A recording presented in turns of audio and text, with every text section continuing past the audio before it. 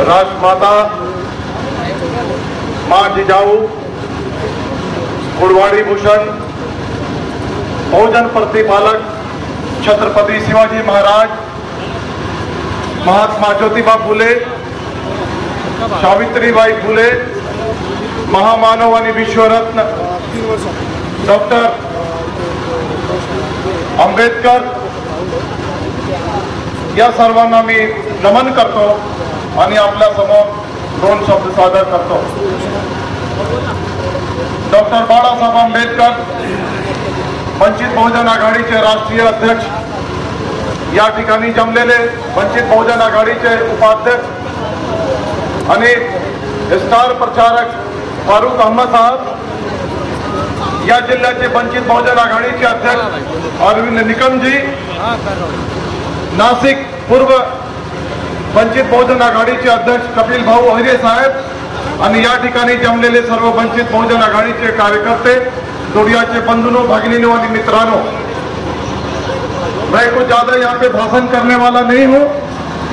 मैं किसने क्या गलती की वो गलतियों को नहीं बताते हुए मैं आपको पॉजिटिव चीजें बताऊंगा कि आगे हमको क्या करना है। दोस्तों, मैं आपको बताना चाहता हूं कि कांग्रेस ने इस देश में 60 साल से 65 साल तक राज किया, लेकिन उसने सामाजिक, आर्थिक, शैक्षणिक और राजनीतिक क्षेत्र में आपको न्याय देने की कभी कोशिश नहीं की। आपको पता है वंचित का क्या मतलब होता है। इस देश में 80 से 85% आबादी वंचितों की है। दलित, आदिवासी, ओबीसी, अल्पसंख्यक, खेत मजदूर, किसान, गरीब, मजदूर, ये सब वंचित आते हैं।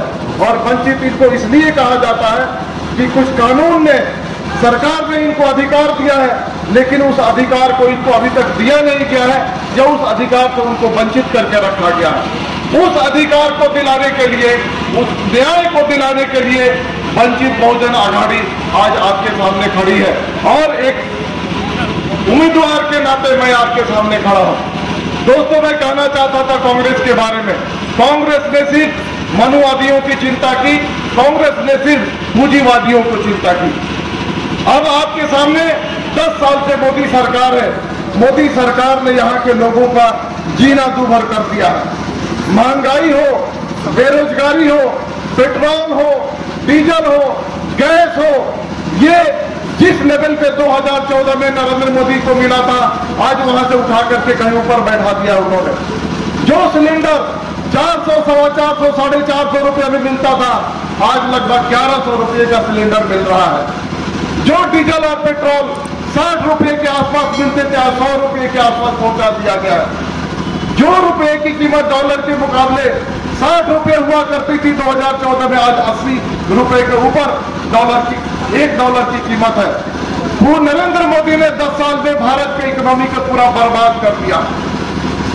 सिर्फ भारत के अर्थव्यवस्था की बर्बाद नहीं किया, तो उन्होंने पूरी तरह से सारे जो घटक है उनके खिलाफ अन्याय किया है। भारत के मुसलमानों पे क्या जुर्म हुए हैं इसको बताने की जरूरत नहीं है, लेकिन हमारे जो दलित भाई हैं, हमारे आदिवासी भाई हैं, उनके भी रिजर्वेशन को छीनने की कोशिश की जा रही है। उनके भी ऊपर अत्याचार हुआ है। जब लिंचिंग हुआ है तो किसी एक खास समुदाय के नहीं, उसमें घुमंतु जातियों का भी हुआ है, दलितों का भी हुआ है, आदिवासियों का भी हुआ है, और सामान्य जो गोर गरीब है, जो शेतकारी है, खेत मजदूर है, उनके खिलाफ भी लिंचिंग हुआ है। मैं कहना चाहता हूं कि ये सरकार, ये दलित विरोधी है, आदिवासी विरोधी है, ये अल्पसंख्यक विरोधी है, ये शेतकारी विरोधी है, ये मजदूर विरोधी है। आपने देखा होगा कि आज से 3-4 साल पहले जब हमारे किसानों ने आंदोलन किया था दिल्ली की सीमा पर, तो वहां पर आंदोलन करते हुए 700 से ज्यादा किसानों ने अपनी जान दी थी।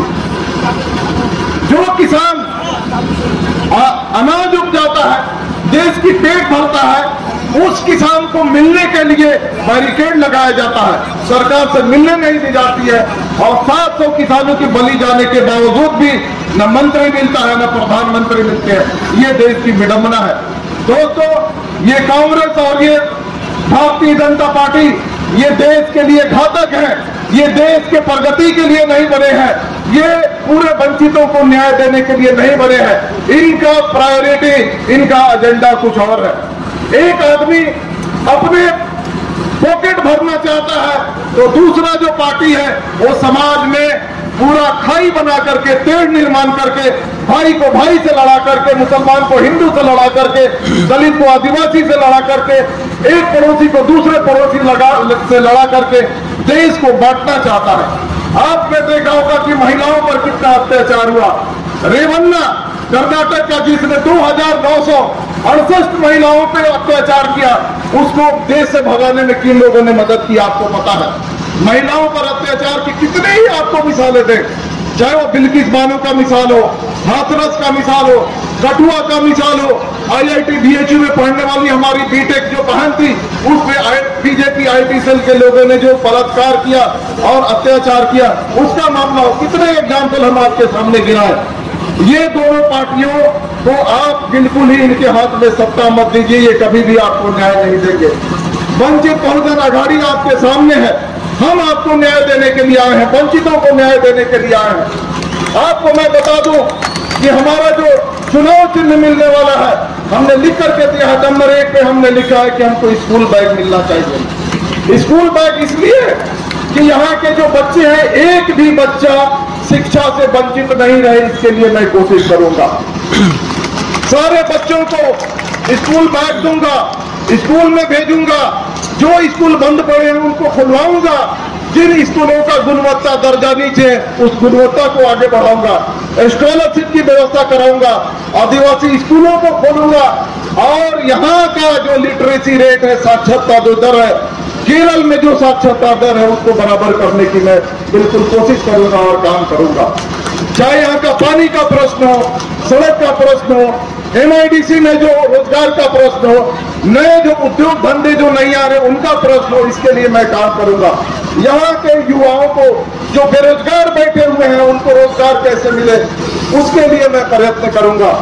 MIDC में नए नए उद्योगों को लाने का मैं कोशिश करूंगा। यहाँ के जो इंफ्रास्ट्रक्चर है, उसको विकसित करने की कोशिश करूंगा। हमारे सामने हमारे पुलिस के बंधु है, जितना यहाँ पे स्ट्रेंथ है, क्या उनको पूछे उतना उनको घर है क्या? उनको उनके संख्या के अनुसार यहाँ पे घर बने इस जिले में, उसके लिए भी मैं कोशिश करूंगा।